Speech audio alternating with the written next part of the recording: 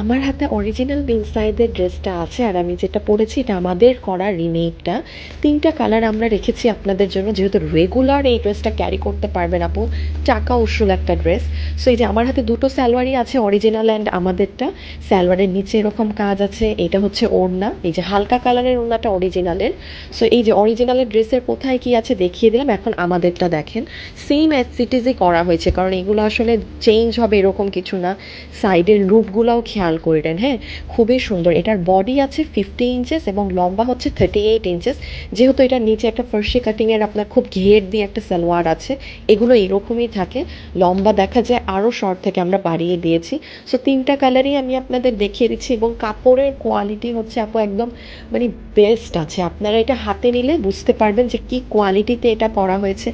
Normally এগুলোর price রিমেকে 2500-2600তে চলে যায়, কিন্তু আপনারা এটা অ্যাভেল করতে পারবেন পুরো সেট শুধুমাত্র 1990 টাকায়। বেস্ট ডিল, সাইডের কাজ সব কিছু সহকারে।